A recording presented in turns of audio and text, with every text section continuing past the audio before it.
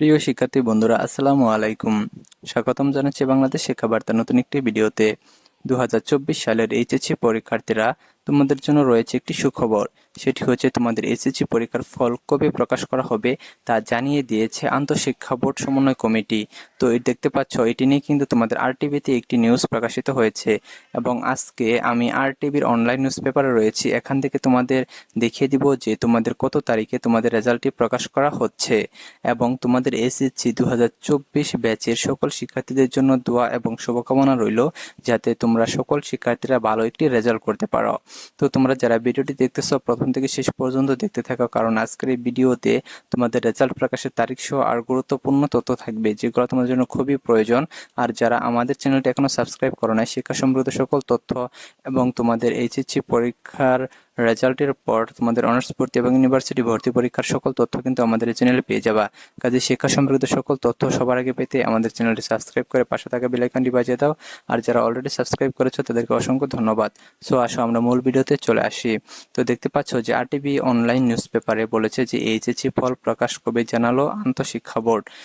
আন্তঃশিক্ষা board বলতে তোমাদের সকল শিক্ষা বোর্ড সমন্বয় করে যে একটি সংগঠন গঠন করা হয়েছে, সেটি হচ্ছে আন্তঃশিক্ষা বোর্ড সমন্বয় কমিটি। তো দেখতে পাচ্ছ এখানে আমরা বিস্তারিত নিউজে চলে আসি। চলতি বছরের এইচএসসি ও সমমান পরীক্ষার ফলাফল প্রকাশের প্রস্তুতি নিয়েছে আন্তঃশিক্ষা বোর্ড। অবশেষে সবকিছু ঠিক থাকলে আগামী 6 থেকে 9 অক্টোবরের মধ্যে এই ফল প্রকাশ করা হতে পারে। সরকারি চাকরিতে কোটা সংস্কার থেকে শুরু করে সরকার পতনের দাবিতে হওয়া লাগাতার আন্দোলন ঘিরে উদ্ভূত পরিস্থিতির কারণে এবার পুরো এইচএসসি পরীক্ষা শেষ করা সম্ভব হয়নি। 13টি বিষয়ের মধ্যে কেবল 7টি বিষয়ের পরীক্ষা নেওয়া সম্ভব হয়েছে। পরীক্ষার্থীদের দাবির প্রেক্ষিতে বাকি পরীক্ষাগুলো বাতিল করে সাবজেক্ট ম্যাপিং করে ফলাফল প্রকাশের সিদ্ধান্ত নেয় শিক্ষা মন্ত্রণালয়। বোর্ড সূত্রে জানা যায়, পরীক্ষা হওয়া বিষয়গুলোর মূল্যায়ন প্রায় শেষ পর্যায়ে। আর বাতিল হওয়া বিষয়গুলো ম্যাপিং করার পদ্ধতি সহ একটি প্রস্তাব শিক্ষা মন্ত্রণালয়ে পাঠানো হয়েছে। সেটি অনুমোদন হওয়ার পরপরই পরীক্ষার ফল প্রকাশের তারিখ ঘোষণা করা হবে। সবকিছু ঠিক থাকলে আগামী অক্টোবরের প্রথম সপ্তাহে ফল প্রকাশের প্রস্তুতি রয়েছে। অর্থাৎ তোমরা কিন্তু এই নিউজ থেকে কিন্তু জানতে পারছো যে তোমাদের আগামী অক্টোবর মাসের প্রথম সপ্তাহে কিন্তু তোমাদের রেজাল্টটা প্রকাশ করা হবে বলে তারা জানিয়েছে এবং তারা এই ব্যাপারে কিন্তু প্রস্তুতি নিয়ে নিয়েছে অলরেডি। তো কোনো সমস্যা যদি না হয় তাহলে কিন্তু দেখা যাবে যে তোমাদের অক্টোবরের প্রথম সপ্তাহে কিন্তু রেজাল্ট প্রকাশিত হবে। এখানে আরো বলেছে, এই ব্যাপারে জানতে চাইলে আন্তঃশিক্ষা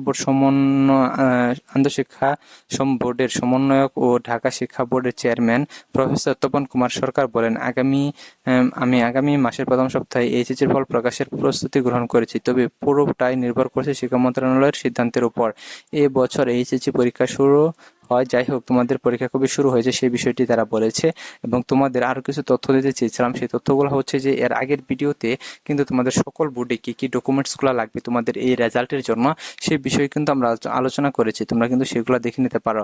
আরেকটা বিষয় হচ্ছে যে তোমাদের যে জেএসসি ট্রান্সক্রিপ্ট, এসএসসি ট্রান্সক্রিপ্ট বা মার্কশিট, এগুলো যেহেতু কলেজে জমা দিতে হচ্ছে, এগুলো কিন্তু এক এক বোর্ডে কিন্তু এক এক ধরনের ডকুমেন্টস চেয়েছে। যেমন তোমাদের সিলেট বোর্ডে শুধু জেএসসি ডকুমেন্টস চেয়েছে, তো এরকম ভাবে কিন্তু সকল বোর্ডে কিন্তু একই রকমের ডকুমেন্টস চায় নাই। আবার দেখা গেছে কিছু কিছু বোর্ডে মাদ্রাসা শিক্ষা বোর্ড, কারিগরি শিক্ষা বোর্ড ডকুমেন্টসগুলো চেয়েছে, কিন্তু কিছু কিছু শিক্ষা বোর্ডে আবার সকল শিক্ষার্থীদের কিন্তু ডকুমেন্টসগুলো চেয়েছে। কাজে কারোর সাথে কিন্তু কারোর মিল নেই।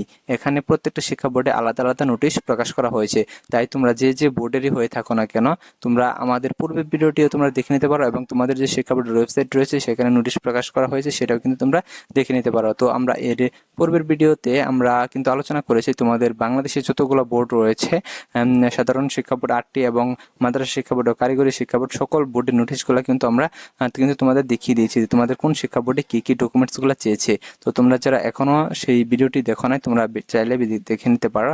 আর তোমরা যারা এখন আমাদের চ্যানেলটি সাবস্ক্রাইব করো না, আমাদের চ্যানেলটি সাবস্ক্রাইব করে আমাদের সাথে যুক্ত হয়ে যাও, কারণ নতুন কোনো আপডেট আসলেই যাতে আমরা তোমাদের সাথে সাথে দিয়ে দিতে পারি। ধন্যবাদ সকলকে আমাদের পুরো ভিডিওটি দেখার জন্য।